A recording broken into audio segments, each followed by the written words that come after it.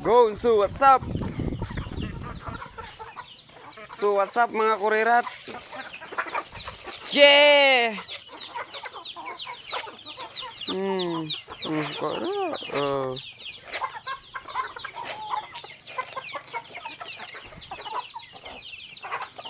Kung sa video, gamay lang ni sila. Pero tuod man, gamay na lang nabilin. Pero kung mapagawas na mo ning naran sa kulungan danan, baliktad doon ko na lang video.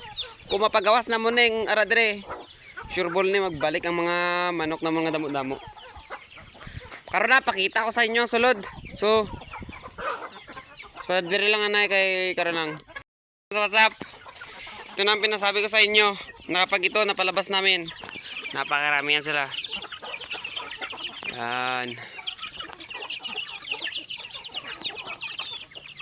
May gamot na nga yan pala sila. Ginagamot yan nung araw-araw na yung ginagamot eh.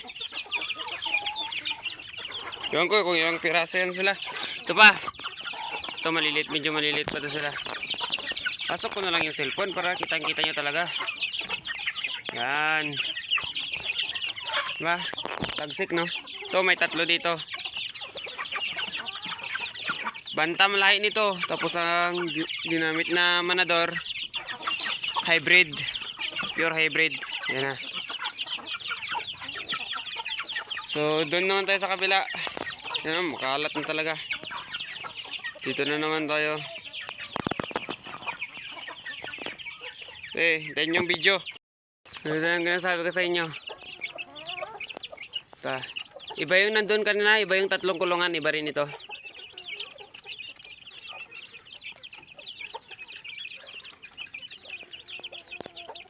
Tartin na piraso to ata eh.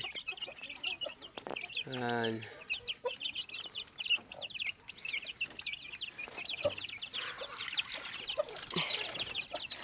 Nga pala, ang pagpapakain nga pala ng manok, dapat wag yung tipidin. Tapos ito, napakain ko na rin. Yan, maliit lang to sila eh. 7 na piraso. Takot pa sila eh.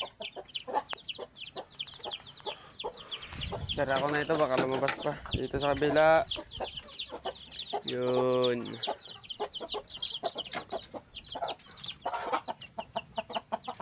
Ito, siyamata to sila eh.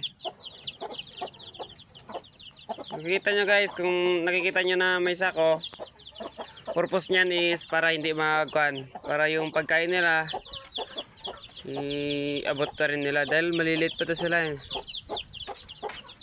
Hindi pa nila kaya yung malalaking pagkainan. Kaya, hanggang doon na lang. Sa susunod ulit na video. Kaya, abang-abang lang. Maraming salamat sa inyo guys. Suportahan nyo ang aking page.